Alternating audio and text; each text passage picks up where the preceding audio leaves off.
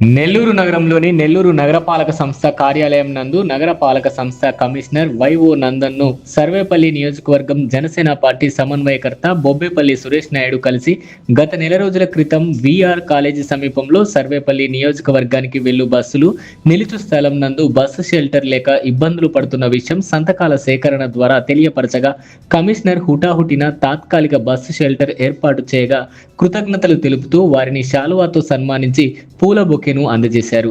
ఈ సందర్భంగా ప్రయాణికులు ఎండలకి వర్షాలకి ఇబ్బందులకు గురవుతున్నారని ప్రయాణికులను సులభ్ కాంప్లెక్స్ ఏర్పాటు చేయాలని వినతి పత్రం అందజేశారు.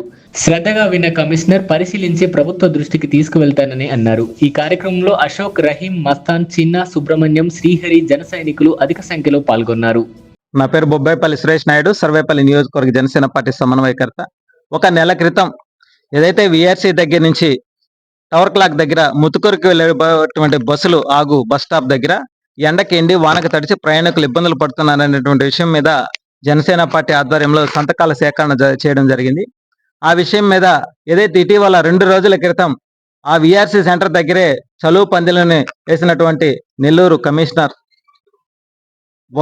ఓవై నందన్ గారికి ఈరోజు హృదయపూర్వక శుభాకాంక్షలు తెలియజేసి ఆయనకు ఒక వినతి పత్రం కూడా ఇవ్వడం జరిగింది. ఎందుకనంటే అక్కడ శాశ్వతమైనటువంటి బస్ స్టాప్, సులభ కాంప్లెక్స్ ఏర్పాటు చేయాలని చెప్పి మేము కూటమిలో భాగంగా వారిని కోరాం. వారు పూర్తి స్థాయిలో స్పందించారు. ప్రజల కోసం, ప్రజలకు ఎక్కడ ఎప్పుడు ఏ ఇబ్బంది వచ్చినా సరే కూటమిలో భాగంగా మా వంతు మేము ముందుండి ప్రజలని కాపాడడంలో మా వంతు మేము కృషి చేస్తామని చెప్పి మనస్ఫూర్తిగా తెలియజేస్తూ, ఏదైతే అది ఎన్నో ఏళ్ల నుంచి ఆ టవర్ క్లాక్ దగ్గర ముతుకూరుకు వెళ్ళేటువంటి వేలాది మంది ప్రయాణికులు ఎండలో ఎండి వానకు తడిచి ఇబ్బందులు పడతా మహిళా కండక్టర్లు కూడా వాష్రూమ్ పోవాలన్నా ఇబ్బంది పడి అల్లాడిపోయేటువంటి పరిస్థితి. ఆ విషయం మీద అనేక సందర్భాల్లో కూడా మా గళాన్ని కూడా గతంలో కూడా వినిపించాం.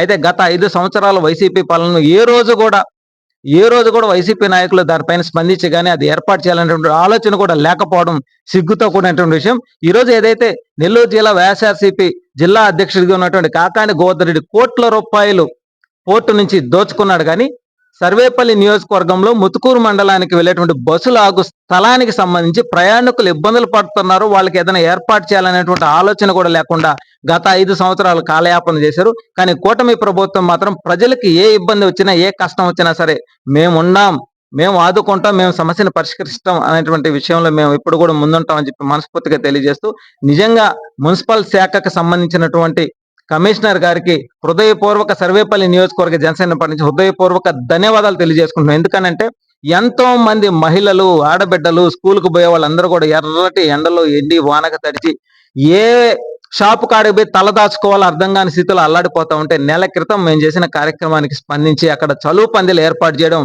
నిజంగా ఎంతో ఆనందించాల్సిన విషయం.